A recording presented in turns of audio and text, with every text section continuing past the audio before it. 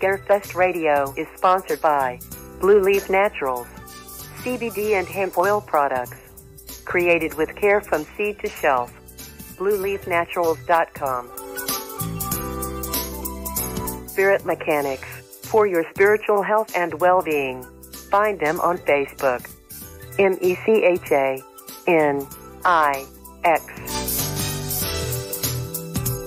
And by Coyote Chris Sutton, bringing light to the darkest places. CoyoteChris.com.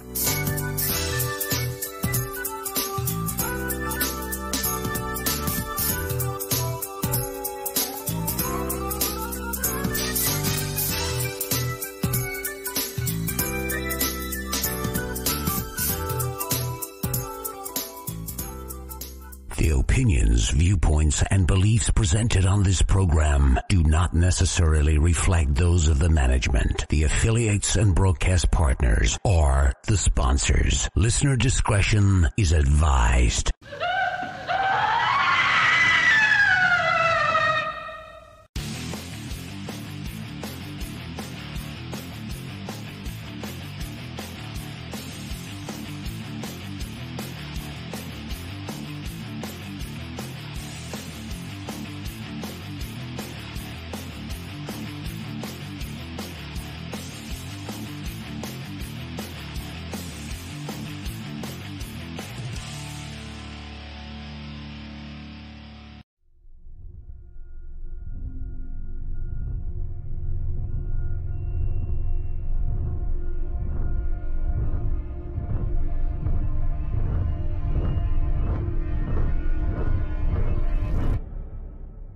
Abby, do you remember that night?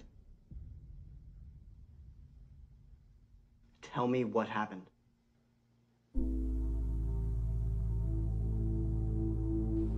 We all went into the woods. You and me and Caleb. And then you and me went for a walk together in the woods. After that, what happened after, Abby? We saw something in the trees. We didn't see anything. You were alone. Riker, you were there. You were right next to me. Abby, I wasn't there! You were alone. What did you see?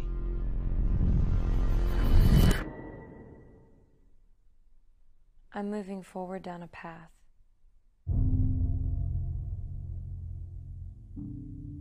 There's a light, but I can't see past the light. And I'm getting close to something big. It's a shadow, and I can't quite make it out at first. But then I see it.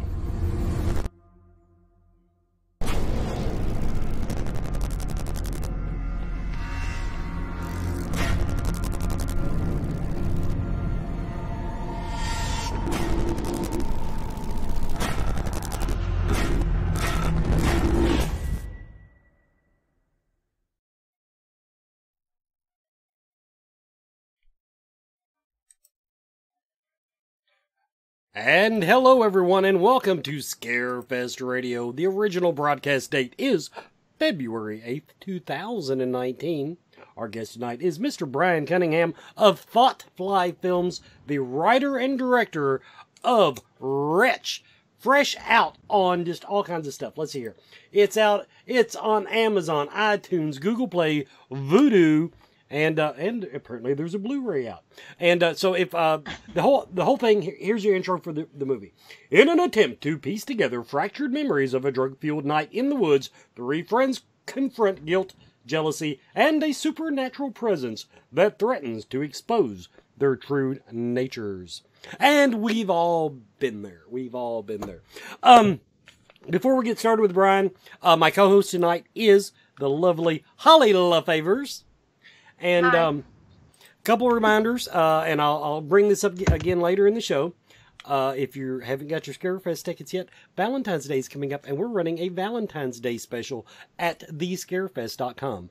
Valentine's special for buy one, get one on 3-day passes. And we're still looking for seminar applications. If you want to talk about anything weird, unusual, seminar applications are still going on. They'll be going on until March 31st. And anybody that follows me on Facebook, my review on Donuts cereal, Donuts, the little donut cereal, they don't suck up milk worth a damn. They're good, but it's like eating cookies. It's like eating cookies that don't absorb milk.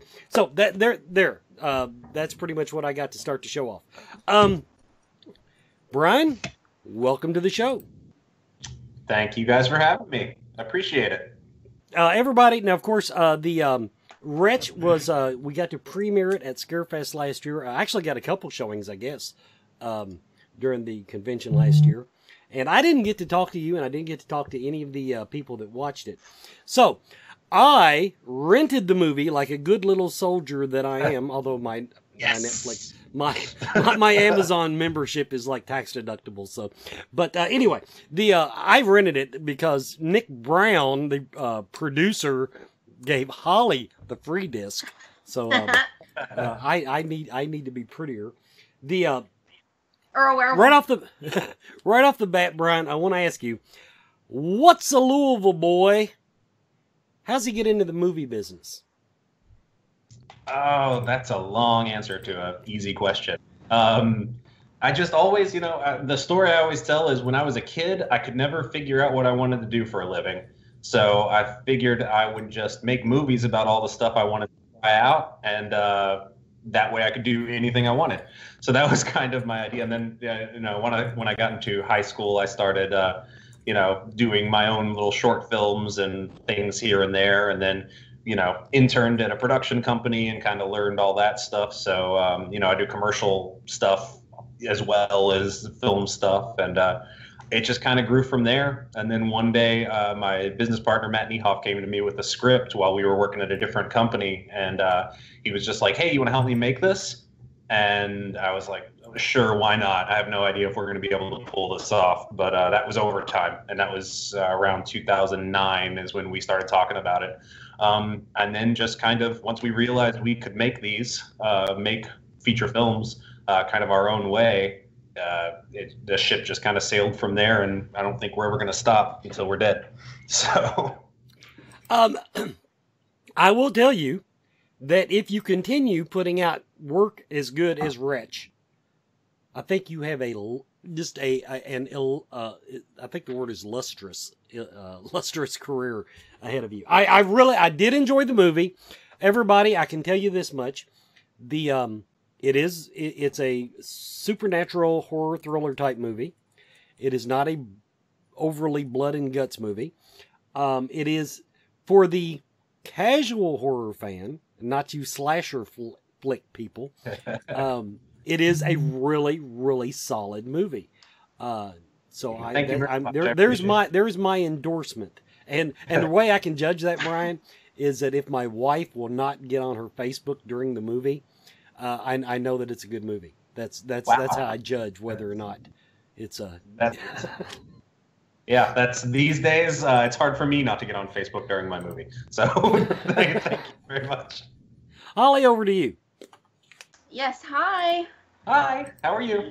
Good. So I was looking on Amazon to see what else you have produced and directed before, and I counted 11 films so far. Is that right?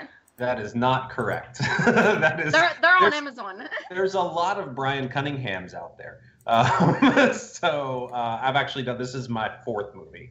So this is the fourth movie I've had a hand in writing and directing. 3 of those I co-directed with someone, and then this is actually my first solo directorial effort, I guess, though I had really strong producers to help me out with stuff. So I'm shocked by that. So do you have any on Amazon Prime? Because some were listed on Amazon Prime, and I noticed that one was the one with Al Snow. So yeah, I think all 3 of them are on Amazon Prime now. So I think Overtime, Monsters Wanted, and Overtime and Monsters Wanted are on Amazon Prime. Loss Prevention, which actually just came out in August, hasn't come out on Amazon Prime. So that one you still have to pay for renting or buying it. Which Loss Prevention movie on Amazon. Check it out. And have you acted in any of them? I did a cameo in Overtime. And then I've got a little voice. You'll never be able to find me in Loss Prevention. I dubbed over one of the like a single line of dialogue. But in Overtime, I am at the very end. I'm the guy who invented the Y box back, 9 years ago or 10 years ago now, and about 60 pounds ago. So. So tell us about your involvement with conventions. Horror conventions and film fests, and we talked about this before we started the show, but can you talk about it again on camera? Yeah, sure. So I try and get out to Scarefest every year. Sometimes I can't make the whole weekend just because I won't. What's funny is like everyone goes to the conventions for the celebrities. I like refuse to go see the celebrities because I don't know. It feels really strange to me to like pay to meet someone. I don't know. I've never done that either. Yeah. In 12 years, I've never done that. I've never stood in a line either. So I'm with you. Yeah. So, but I'll walk around. I'll like say, hey, I saw John Carpenter. I've now check it off. I've seen them. Or like we saw them at that bar. At the party. Yeah. So I try to come out to Scarefest. Up until recently, I did Fright Night here in Louisville every single year because that's where we premiered Overtime, and I premiered Monsters Wanted there as well. I don't really do Horror Hound or any of those other ones because I don't have the luxury of traveling too much to go to, I have very little time off between movies and commercial work and stuff like that. So that's kind of what that is. And then Fright Night Fandom Fest here in Louisville. I try and come out to the Lexington Toy and Comic Con whenever I can. So. There's also Days of the Dead in Louisville as well. Which is I should go to that. Yeah. I tend to know like the festivals I go to. It's usually because I know people involved in them, so that's what gets me in the door. And then I'm a creature of habit and tend to come back over and over year after year. I just love the atmosphere of the festival. It's not, there's no this person's coming to this festival, so I'll go. It's more just I love walking the show floor and just meeting people and seeing all the costumes and things like that.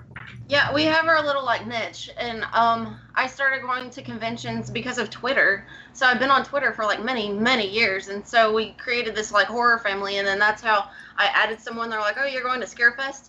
This was like 12 years ago when it all started, and then like sooner or later I have like so many followers that from all over the world that are into horror, and I'm like, wow, this is really cool. And then Joe Bob Briggs follows me, and he's on Shudder now, so. Yeah, I love Joe Bob. I'm a huge Joe Bob fan.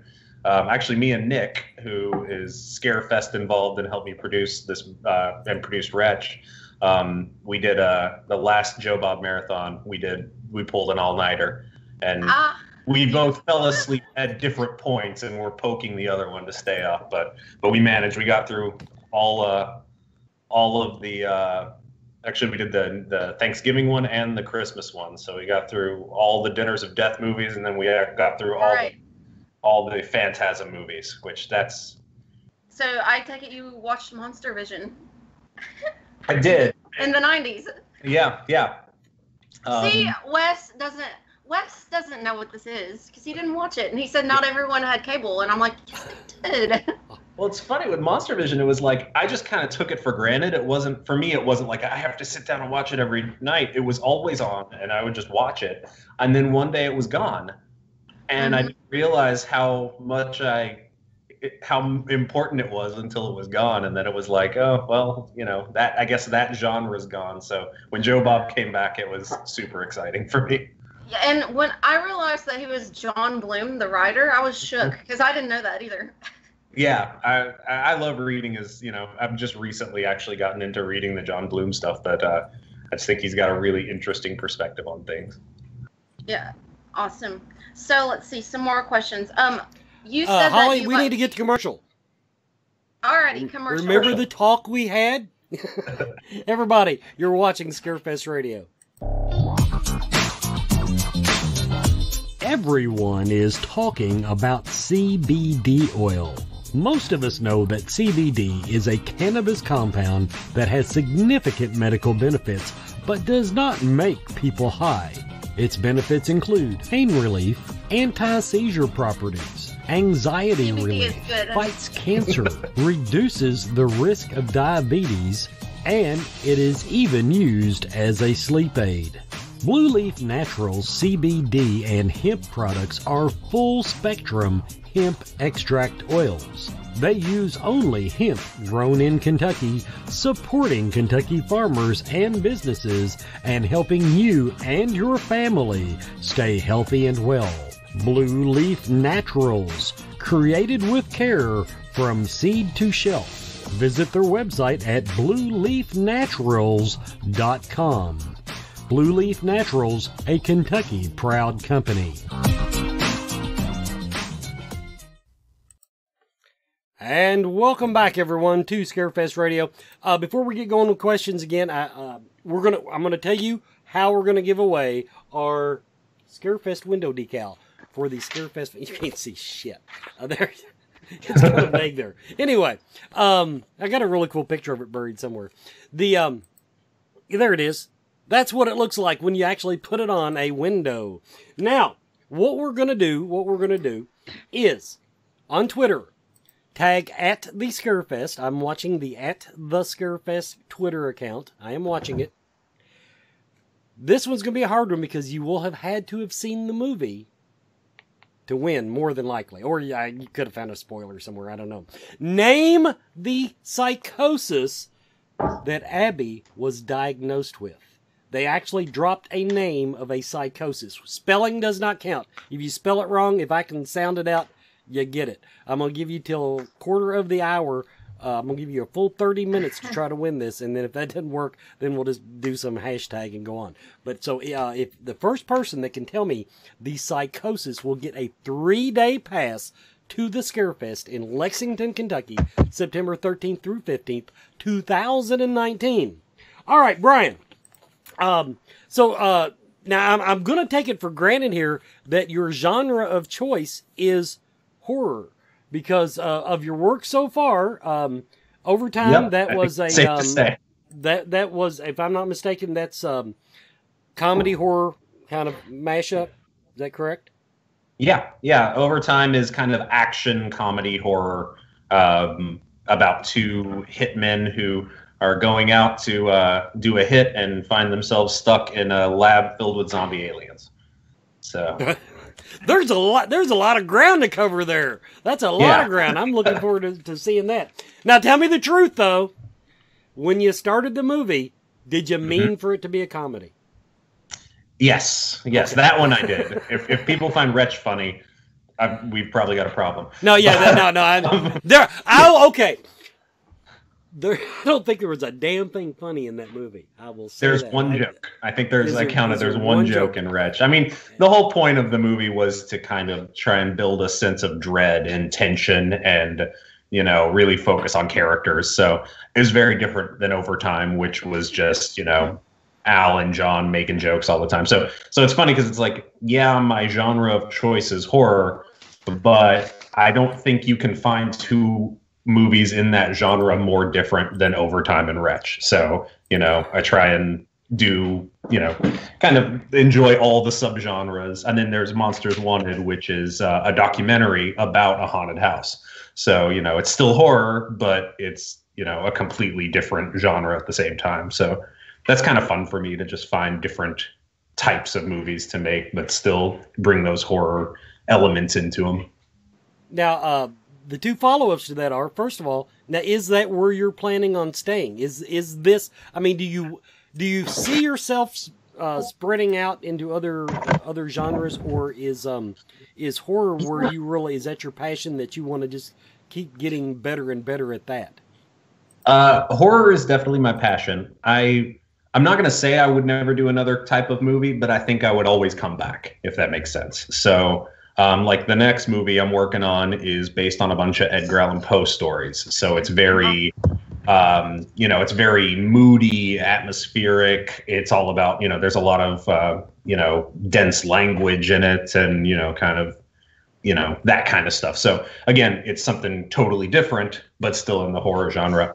And then we made Loss Prevention, which was a straight up action comedy movie, which was more in the vein of Overtime without those horror elements. So, I think if a story hits me that I think is really cool, that I want to explore, I'll definitely do something outside of horror. But I don't think there will ever be a day where I'm not writing or working on some kind of horror movie, because I just love the genre way too much. So the other natural follow-up to that is, it sounds like such an idiot question. What is it about horror that you love? And I'm actually going to reframe that in, what is it about the type of horror that you're working on? In other words, are you trying to get the reaction, or is it your own gut reaction when you're working on it? I think for me, it's just it's the one genre where there aren't any rules. You can make any kind of movie. There's romantic horror, there's dark horror, there's funny horror. And people tend to not take it so seriously as if you're making a drama or even a comedy. If it's a comedy, it's like you have to have a laugh every 90 seconds. If it's a drama, it must be, really dense and complete. With horror, you can break rules. That's kind of what the genre was designed for, was, hey, you can deal with any topic, dark or light. You can deal with any characters that you want to do. You don't have to have likable characters. You can have monsters. You can do, really in horror, you can do anything else you can do in any other genre. You've just got to, add some blood and gore, and you're good to go. And one last question, and this is specific to this movie, and this actually comes from my wife. The name of the movie, Wretch. Mm-hmm. Is that now? My take on it was that is essentially framed around the main character, Caleb. Am I wrong, or did you have something else in mind? You are not wrong, but I think that word just seemed to kind of. I can't give anything away in this movie. That's the hard part about talking about it. But once you get to the end, that word has a few different meanings, especially if you think about it, as the word wretch, spelled W-R-E-T-C-H, and R-E-T-C-H, have two different meanings that both kind of apply to the movie.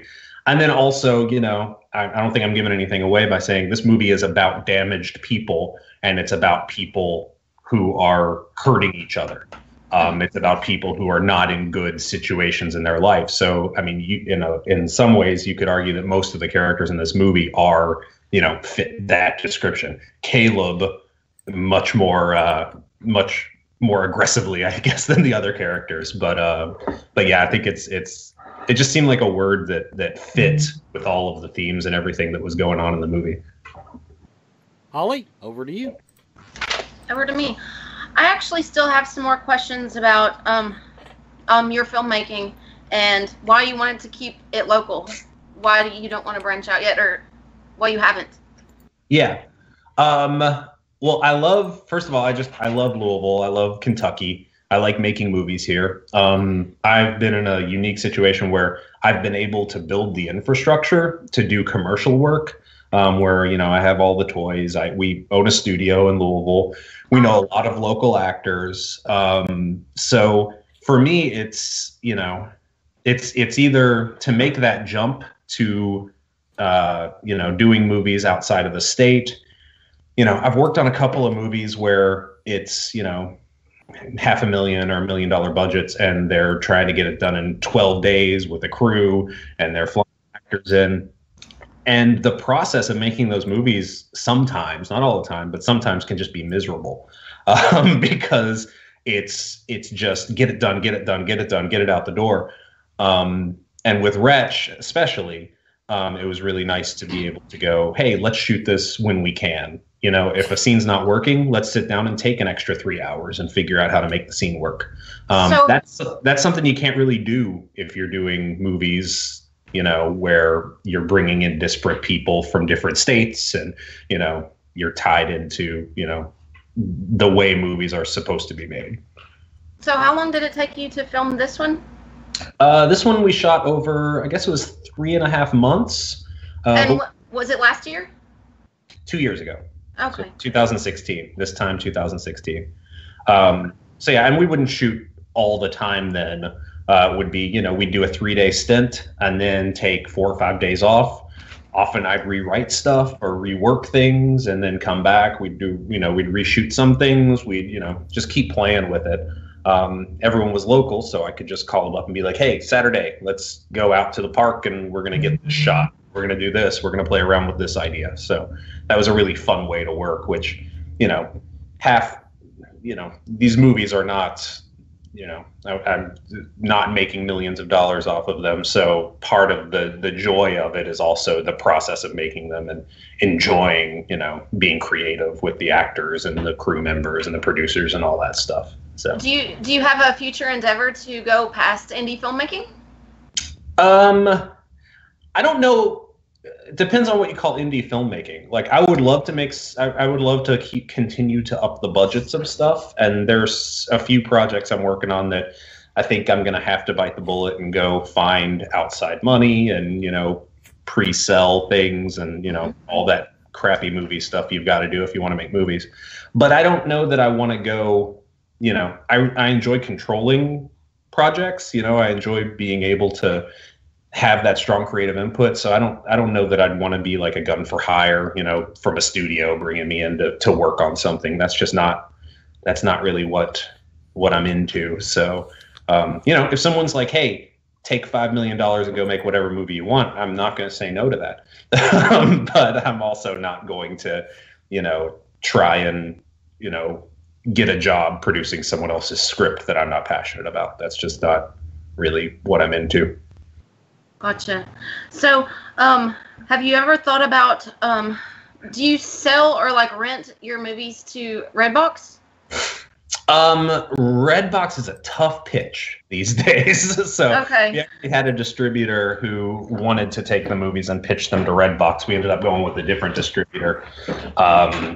But it's just, they have such limited space in their boxes that, you know, it all depends on, I mean, film distribution is a game of relationships and, you know, it's also money. So, you know, the bigger budget movies are going to get in there first. I'd love to have the movies in Redbox. I would not be against that. At the same time, I think the physical media world is kind of dying a little bit. And it's really expensive to, you know, like if I want to do it myself, pressing my own discs is going to be rough, which I actually did on Monsters Wanted. We did our own DVD and Blu-ray release. And wow.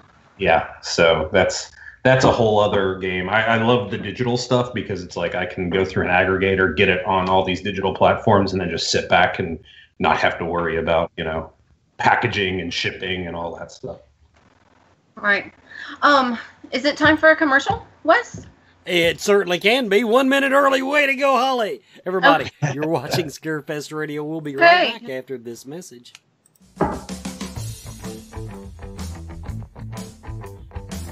Do you feel lost in life? Do you seem to be stuck in emotions that are not yours? Is your home not the sanctuary it should be? Contact Spirit Mechanics, where they take a team approach to your metaphysical and spiritual problems. Spirit Mechanics specializes in aura cleansing, stone attunement, attachment removal, and house cleansings. Spirit Mechanics tailors their approach to your individual spiritual path and needs. Find them every month at Lexington, Kentucky's Mystical Fair, mysticalfairlex.com, or on Facebook by searching Spirit Mechanics, that's MECHANIX. Spirit Mechanics, for your spiritual health and well-being.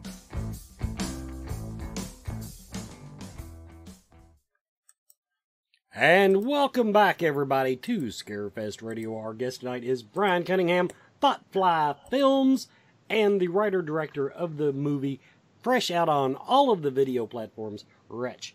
Okay, before I get back to Brian, though, nobody has won our really cool window decal. you can throw the damn thing away if you don't like it. But I'm just saying, somebody. I'll even give you a hint. The psychosis is basically, I think, not only. Well, let me ask Brian. Brian, now this is not a spoiler. This is, did you pick the psychosis and then build the, I'll call it the antagonist, although in this movie I think everybody's their own antagonist. That's a very good way to put it. But did you base the antagonist, the behind the scenes antagonist of the movie on the psychosis, or did you just happen to luck into the psychosis after you picked your antagonist? It was after I had already. How do I give this away without ruining your competition? So the creature that we have in the movie was chosen pretty early on because I felt like it was a creature that's been underdeveloped in movies and had a lot of elements to it that haven't really been explored.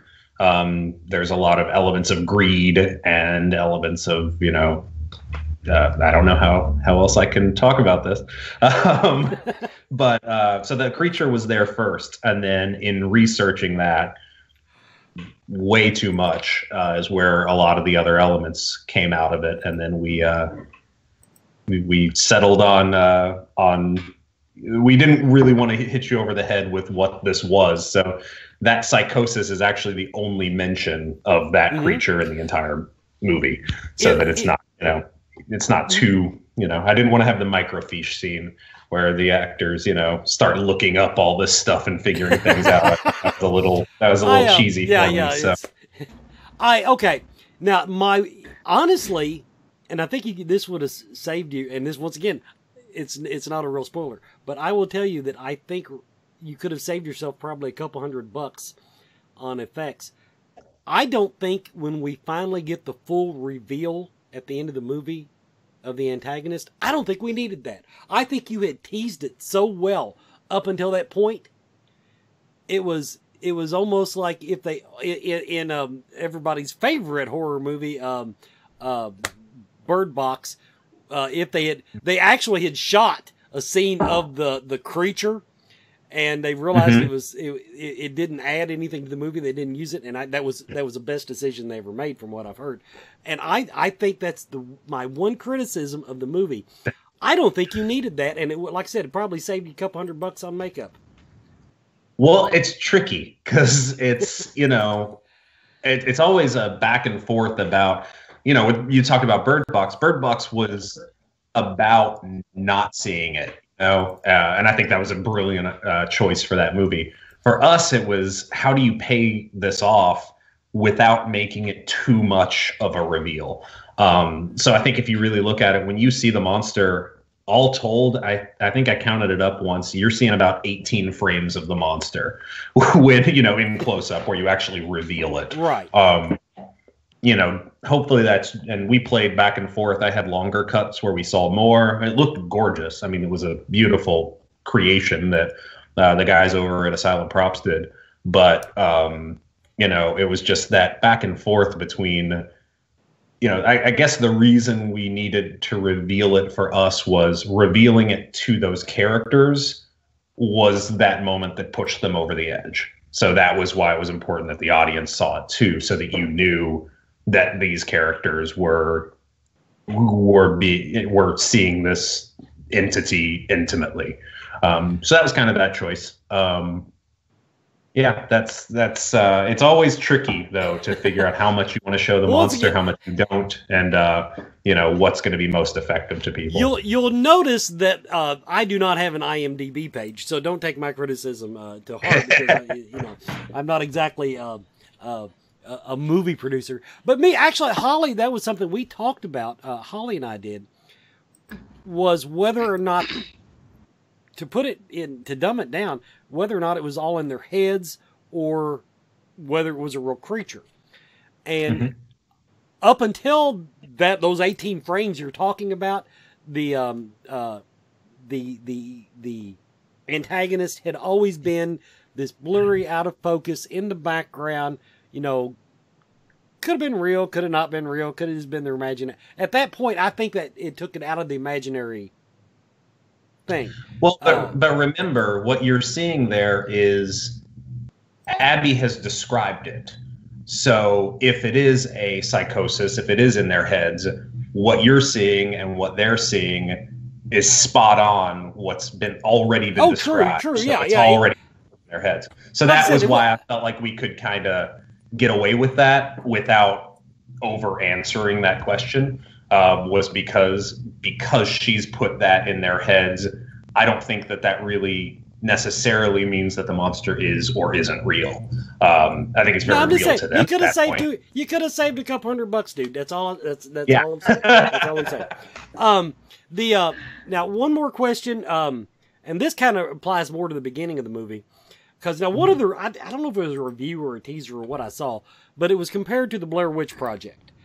Because in the beginning of the movie, it looks like we're going to be sitting there watching one of these found footage type things, and then but you quickly moved off of that into a mixture of, the word is not real time, Wesley. I don't know there's a director's term, I'm sure, of in other words, you've got your found footage type shot with a camera, date stamp, everything. Then you've got your and no, I can't even bring that up because I'll just tell you, the main dude in the movie, creepy as hell, everybody. And so part of the footage is his. There, that's kind of a teaser, kind of a giveaway. But then you've got some that are just obviously, it had to be shot to fill the storylines in. You mentioned earlier sometimes about rewrites and stuff. I was wondering, did the final product, as far as the way the storyline went, not details, but the storyline went, did that vision carry from beginning to end, or after you started shooting, you said, no, we got to do it this way? No, that was pretty much there from the very beginning. And what's funny is we shot all of these scenes as I had it written. And then when we got into the edit, I started, there's probably 10 cuts of this movie that, because it's nonlinear, we actually moved stuff around and started with different scenes and, revealed information differently. And we did 10 cuts of the movie and sat down and watched them all. And the funny thing is, in the end, the cut that we wound up with is almost identical structurally to the script, which made me feel good. It's like, oh, I made good choices, I guess, in writing it and when to reveal information. But yeah, that was always, that was actually kind of the nugget that got me interested in doing it, was what if you did a found footage movie that is not at all a found footage movie? A movie that starts out found footage and has every single cliche of that genre in the first 20 minutes, but then you realize that you're not watching what you thought you were. So that was kind of the premise of what the movie was. And then from that comes all the themes of who's watching who's filming at any given point. Mm-hmm. Is this found footage or is it not? That's why, even though we shot with really crappy cameras and we shot with really nice cameras, and in the end, I ended up bringing them to about the same quality level, so that you guys were never, when you watch it, you're never quite sure exactly whether you're watching the movie or whether you're watching found footage or whether someone's spying on someone. And it just creates a real sense of uncertainty, which I think mimics what the characters are going through. And then also kind of mirrors where they are psychologically, where things are starting to unravel more and more as the movie goes on. So that was the idea behind it, is to really play with perspective and who are we really, what viewpoint are we really watching this movie from, was something that I was really interested in. Yeah, because even the shots that are obviously not found footage type, because there's no way there'd be a camera there. Right. Even those shots are shot always. I know that's one thing I picked up on. They're always shot at this, I don't want to say awkward angle, because that just sounds like you were trying to make it hard for people to watch, but they were shot at unusual angles. Like, as a viewer, we always felt like we were kind of on the outside looking in. They were all very what's the word? Now I'm blanking on the word. I would say voyeuristic. I almost want to use the word yeah. voyeuristic. Yeah. Everything's long lens. I try to shoot through doorways a lot, around corners. There's a lot of high angle stuff, like security camera style, whether, and sometimes that is a security camera, sometimes it's not. And then at a certain point, that question becomes almost a plot point in the movie, and a reveal of what's really happening. So, yeah, it was always kind of intended to make you wonder, okay, is this just a movie shot? Is this someone watching? Or is this, them actually filming? So that you had to really consider what's going on. And I think it adds that sense of paranoia that the characters are feeling. Hopefully the audience kind of is in on that, trying to think through what they're seeing. Holly, over to you. Yes. Okay, well, yes, I would agree with you because I did like seeing the creature in the movie. I'm actually a licensed therapist, and so I really liked the character development and what I was seeing and what they were seeing, because I have seen that in clients before. So that's how I took the film, and I really love psychological horror. That's my favorite genre. So I have a question. There is a character named Riker. Is there a reason why he plays himself? Yes. And that's, so names in movies are always tricky. And so when I sat down to write this one, Riker is actually an actor that was working in a haunted house that I was managing. So when I sat down to write the movie, I just really liked the name. It was strange. It kind of had an edge to it, that was a little off. So I wrote that character as Riker with no intention of casting Riker as the character. And then when it came time to cast, we just did an open casting call, and we had a bunch of actors come in. And he sat down and read with Spencer, who he's actually friends with. And that animosity between the two of them was just so, they knew each other really well, so they were able to play that really well. Just this, that friend that you're always smiling around and hanging out with, but there's this jealousy, anger, things right under the surface getting ready to boil up. He was able to do that so well that I had a moment. I was like, am I really going to cast Riker as Riker? And I even thought about changing the name of the character. But in the end, it's Riker. And he's playing a character very different than himself. But that just that's how it's stuck. So there is, I'm just going to be blunt, there's nudity in the movie. Quite a lot through it. Were the actors comfortable, uncomfortable, anything? I worked really hard to make them as comfortable as possible. I think that they, it's really awkward. Having nudity on set and sex on set is the most awkward thing. So for this one, it was very, talking to them about, we had a lot of conversations about how these scenes tie into the story. And and I do think it's very important that we not shy away from them, because it's about damage, and there's a through line of how do I not give away of people mistreating each other, and sex is a big part of that. Yes, that is one of the themes in the movie. Yes, so we had those conversations. I feel like everyone felt really safe on set, and felt good about it when we were doing it. But it's always that awkward thing. Once all the actors saw the movie, they did kind of go, okay, I understand. That was really important what we were doing. I don't feel like there's anything gratuitous about any of the sex or nudity in the movie. And actually, a lot of it is hard to watch for me because it's not that 80s slasher movie fun, sexuality. It's real sexuality that's very complicated and difficult. So. All right. That was deep. Sorry. A deep question. So, we have 15 minutes left of the show, actually. So I think we have another commercial, Wes. We do. Holly, you're getting good at this. Everybody, you're watching Scarefest Radio.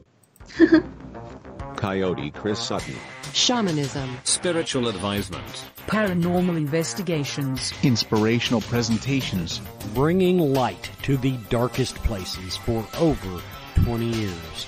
Go to CoyoteChris.com to learn more. And we're back with our final segment of Scarefest Radio for the evening. Brian Cunningham is our guest, writer and director of the movie fresh out on streaming video, Wretch. And I'm just going to go ahead and say it, Scarefest people. Y'all, I'm going to use the word. Y'all are a bunch of pussies. Not a single person has that did not stick in anybody's mind. I'm upping the ante. If we can do this by the end of the show, if anybody will send a message to at the Scarefest with the name of the psychosis, I'm going to give you this decal and a 3-day pass. I think one time I might have announced it wrong. Decal plus 3-day pass to Scarefest 2019. That you get both. One by email, and I'll have to mail the decal, of course. Brian, now here's a little technical question because that's the kind of guy I am. The symbol that's used throughout the movie. Now, this is not a spoiler because it's all over the frickin' previews and the poster. Is that a real symbol? Is that something you pulled out of your butt? Just to tell us that. That is, as far as I know, it's not a real symbol. There's actually a notebook I've got sitting around here somewhere. I just sat and doodled hundreds of symbols trying to find something that seemed right for what we were doing. And it's weird that something that small becomes really tricky because, like, if you think about it, the symbol A has to be instantly recognizable. It has to be unique so it doesn't stand out for anything else, you know? So at one point we were doing stars and I was like, that just looks too much like, you know, satanic symbolism or, you know, protecting symbolism or whatever. And then the other thing that was difficult was it had to be a symbol that Abby could draw easily. So she could draw it over and over and over again because that's a part of it. So after doing a bunch of different symbols, that was kind of the one we landed on. And it was also my favorite because thematically it, you know, the spiral that just, you know, keeps going and then, you know, ends with a line straight down kind of typifies the movie if you think about it a little bit. See, now I missed that symbology. I just thought I think it was a good symbol. I thought it was all the things you said right up until the spiral thing, which totally just I missed. But it did look like the type of symbol that would be associated with the folklore behind the antagonist. How was that for not giving a spoiler away? Yes, that is very good. And I want to know because I just watched the Pet Sematary trailer that just came out. And they have spirals on trees in that trailer, and they're talking about a monster in the woods. So I want to know if that's in the book, because I've never read the book, or if that's just this crazy coincidence between our two movies that we both have monsters in the woods and we both have spirals. In other words, he's going to sue your ass. I can't imagine how they could have seen this before they started production, but I think it's just weird happenstance things. Oh, by the way, I'm going to back you way up to early in the interview. You're 35 years old, borderline overachiever in my humble opinion. But I want to tell you, this whole ideology, this wide-eyed ideology about how you want to be an independent filmmaker. When you get older, you'll get more jaded like me, and you'll take anything they throw at you. You'll do it. You'll do it, dude. Oh, I'm not saying I won't take cash to make a movie, but I'm not gonna. That's not something I'm gonna pursue. And that's kind of, I do commercials a lot too. So there's a lot of times that I get handed a script and it's okay. Here's your budget, go make it on small stuff. So I know what that feels like. Let me put it this way. I might do other work for that, but I don't think I'm ever going to stop making, these smaller movies that kind of control it, if that makes sense. That's a beautiful sentiment. Regardless. Beautiful, beautiful sentiment. Holly, I'm going to throw it over to you for just one or two more questions, and I've got some little business things that we got to do for Scarefest to finish up, but I'll give it to you for just a moment. All right. My next question is about the filming locations. Was it all filmed in Kentucky? Like, where was the hospital, the woods? And the only scene I recognized was the National Cemetery, which I think is the big one in Louisville. Yeah. The woods was actually out at the Asylum Haunted Screen Park, which is where the documentary Monsters Wanted was shot. So we actually shot in their woods, which is also where they made the monster. So that was convenient because the monster was right there, 500 yards offset for the guy coming out to play the monster. The cemetery was Cave Hill, but it's actually shot in a park, and the cemetery is behind them from that park. And that was just a nice little, something I saw one day and decided to work it into it. Everything was in Louisville. The two houses were actually the houses of crew members. One of them was my house, the house where the first scene happens, where Abby's out back. That's actually my house. So it's all Louisville based. The hospital was actually a nursing home. So, we found a privately owned nursing home that let us come out and film. And that was fantastic because we were at this nursing home, and the tenants of the nursing home actually started talking about how much they like horror movies. So they were coming back to get pictures taken with the monster while he was there. And then I'll remember I was loading gear in and out, and I heard two elderly ladies debating what their favorite horror movie was. I think it was between the Texas Chainsaw Massacre and So it was just really fun because they were really into shooting the movie. We obviously couldn't shut down a hospital, so 5 feet off to the right on every shot there is an elderly man or woman just watching, really excited. So it was really fun to kind of shoot. Wow. So did the actor that plays Abby, did she have to study or look up the diagnosis that she's diagnosed with in the movie?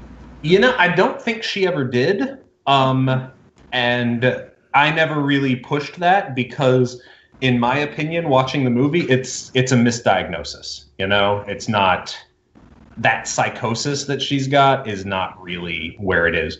We did have a lot of discussions about, there was some discussions about PTSD and some stuff about, I'm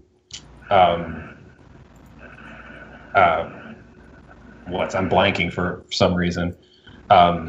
Just different mental disorders that may have been going on, especially with Riker, because that's very clearly, he's got a lot of elements of schizophrenia there.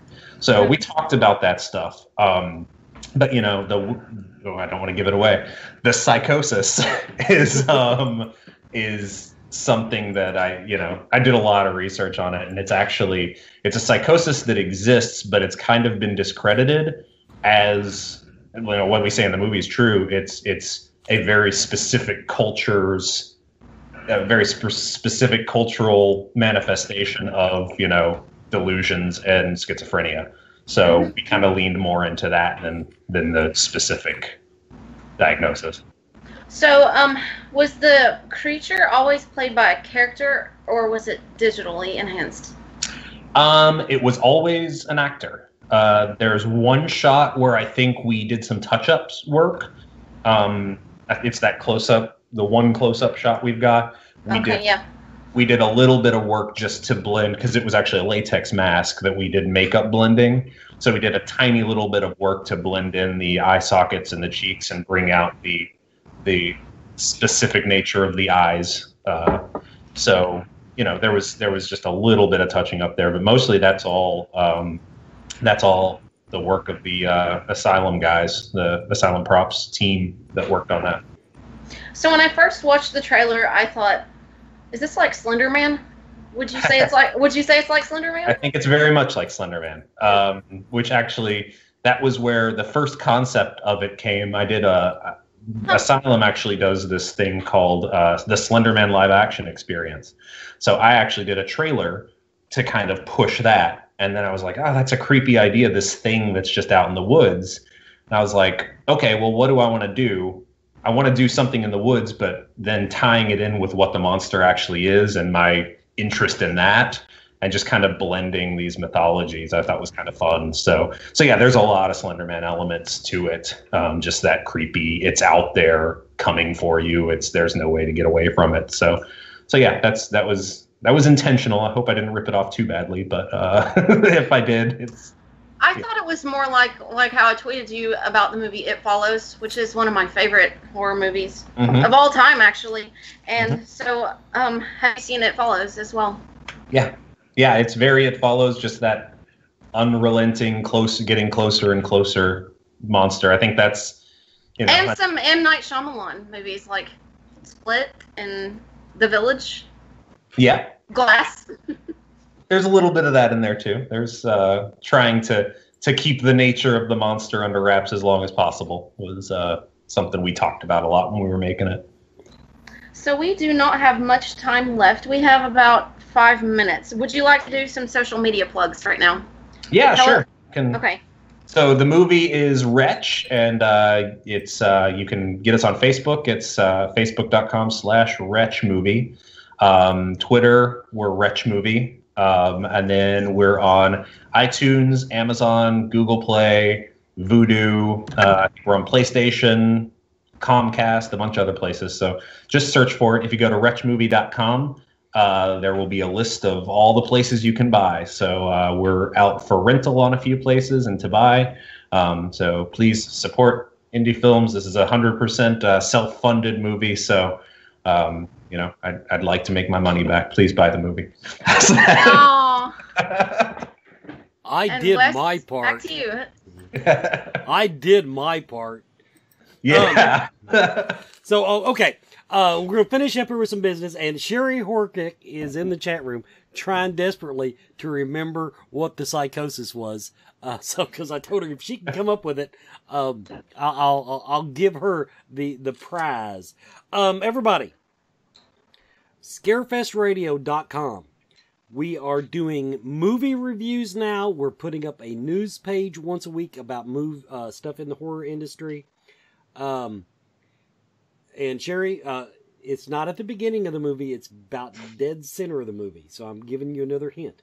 But anyway, and Holly is dedicated because she got the free copy. She has to write the review of Wretch. So that'll be hopefully up there in the next week. Blood Types, the Scarefest Literary Journal, is returning. Now, we're not going to do a new issue this year, but this was a very popular project. You can read all about it on scarefestradio.com if you're not sure what I'm talking about. But basically, it's a collection of short stories written by fans of the Scarefest, and it rocked, and it was a success, and it got lost in the transition from the old ownership to the new ownership. But we're bringing it back. But in the meantime, we are publishing story by story, week by week. The original Scarefest Literary Journal, Blood Types, will be online. So if you want to read that, we've got that content going up. And tomorrow there will be a fresh, really bad tarot reading. I've already done the tarot reading. I've scheduled it for tomorrow because it's about Valentine's. Speaking of Valentine's, everybody. Now this is there's our banner. Put my beautiful banner up that I did. Buy one, get one free 3-day pass to the Scarefest through Valentine's Day. Now, we left the Christmas one up, so but now this is coming down because you know why? You know why it's coming down, people?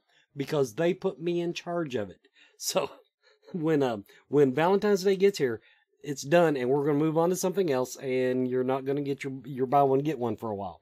So if this is a perfect Valentine's Day gift for the horror fan in your life. And finally, I want to remind everybody, we're in the final countdown for getting seminar speakers and presenters at the Scarefest. You've got till the end of March to apply. The more weird your topic, the more assured you are of being accepted to speak at the Scarefest this year. We're short a room or two. We're not going to have as many speakers, more than likely. We just don't have the space for them because of the remodeling at the convention center. So, if you want to present something, if you want to get your name out there in front of roughly 15,000 people, here's your chance. get your applications in. They're wanting to get all that nailed down. That's the word I'm looking for. So, this has been Scarefest Radio. I think we found out some good stuff, Brian, about the movie, about you, and I don't think we gave anything away. A tough movie to talk about. So, yeah. So if you want to go watch the movie, and you can jump on Facebook or Twitter and talk to me about it, when we'll talk about all the stuff with spoilers. So totally fine to do that too. Thanks everybody for watching. Bye.